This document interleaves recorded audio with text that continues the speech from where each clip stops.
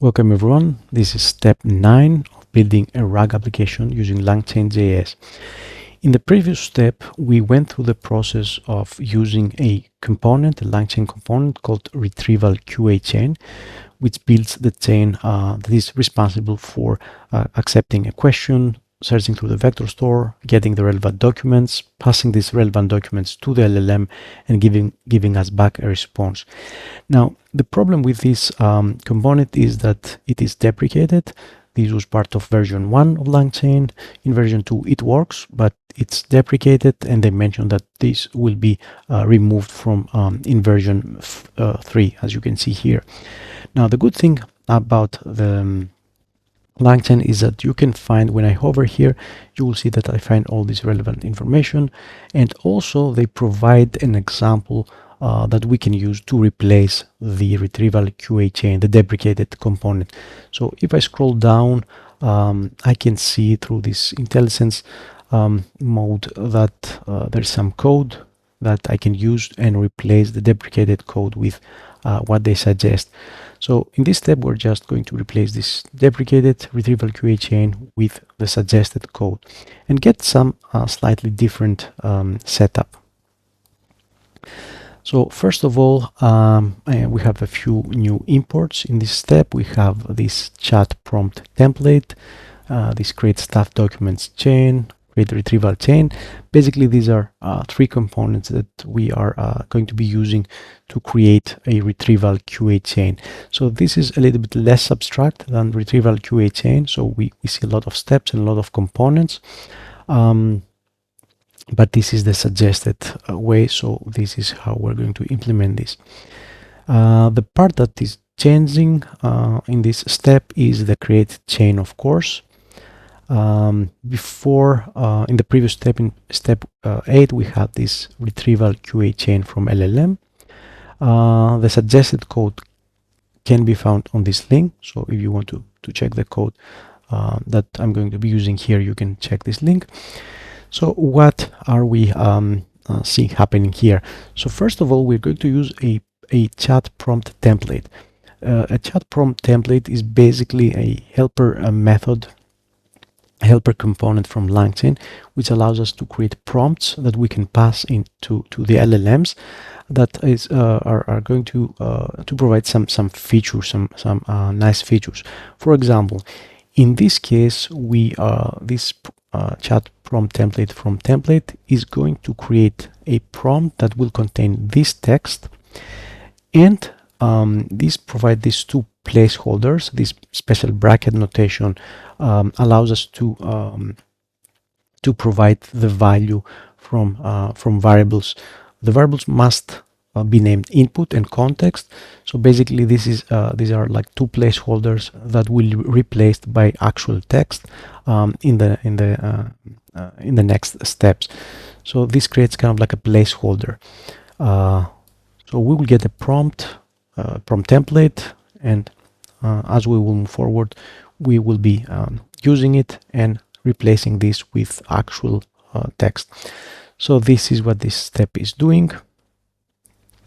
The next step is going to be we're going to be waiting for this asynchronous function. It's called create staff documents chain, and basically what the documentation states is that this creates a chain that passes a list of documents to a model. So this is another abstraction that's provided by LangChain, which basically gets a list of documents, any documents. In our case, we will be retrieving some relevant documents from the vector store, but this function can accept any list of documents, and it kind of like bundles them up in a special way and passes it on to the LLM.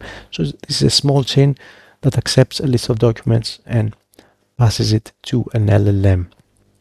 We need to provide two options here: the LLM, the model that we want to use, and the prompt. So this is the prompt that we created here. So this will this chain will be using a prompt.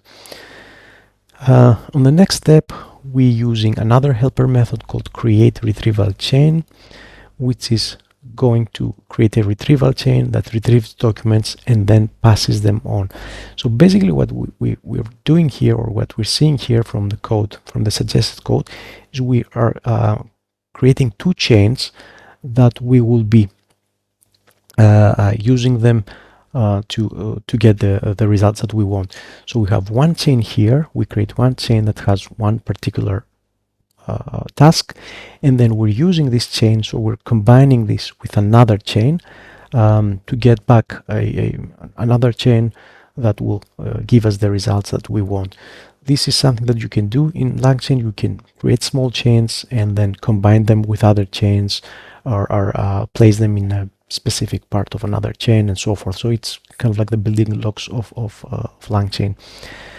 Now this in turn uses the retriever.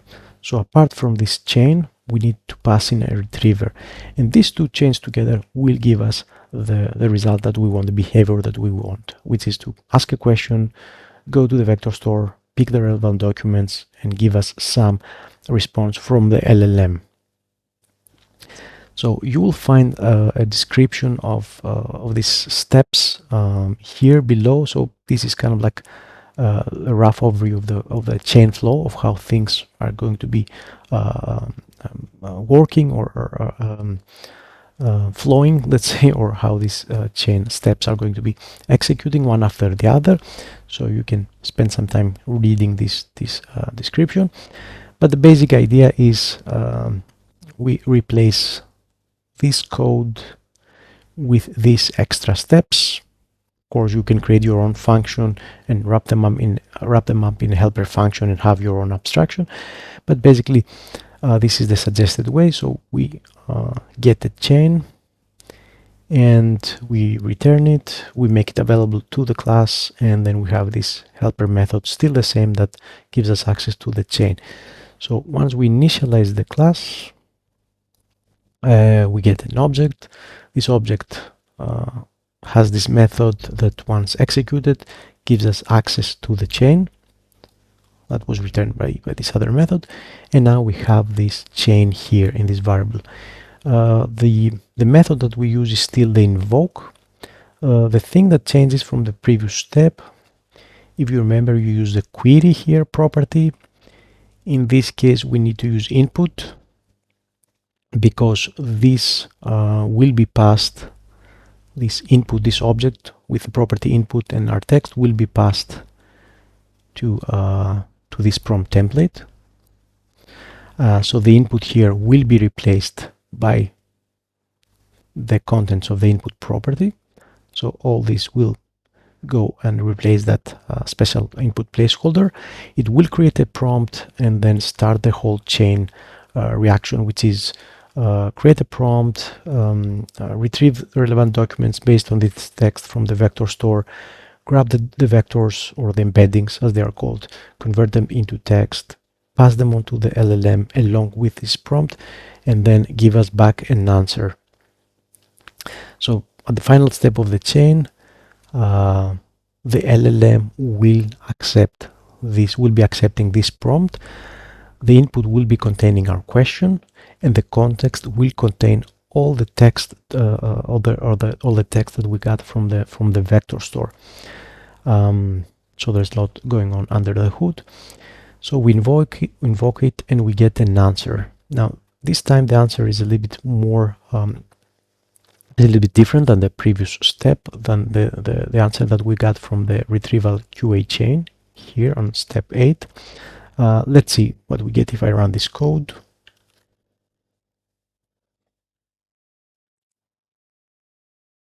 It's creating the retrieval QA chain, and then with the new setup, of course. And after a while, the LLM will respond with something along these lines. So to add a custom file in PyCharm, blah, blah, blah, it picked some information from the relevant documents, and then it gave us back this response. Of course, we can change the question, and we can also limit the number of documents that we get back from the retriever, or maybe make them make this number bigger. and we get our response. Let me console log the answer to see that the object now contains quite a lot of information, so it's a little bit more advanced, let's say, chain. So the object that we get back contains the input. So we also have the input, the question.